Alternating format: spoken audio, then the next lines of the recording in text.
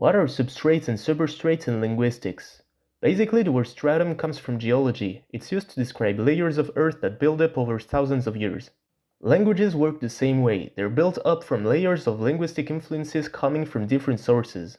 For example, when one language replaces another in a given area, the language that disappears often leaves traces in the new one.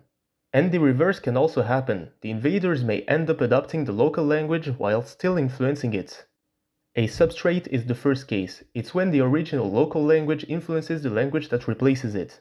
For instance, when the Romans invaded Gaul, Latin largely replaced Gaulish, but Gaulish didn't vanish without a trace. Its influence stuck around, and that influence helped shape what eventually became French. A superstrate is the second case. Here the local language doesn't disappear. The conquerors end up adopting it, but their original language still leaves its mark on the local language.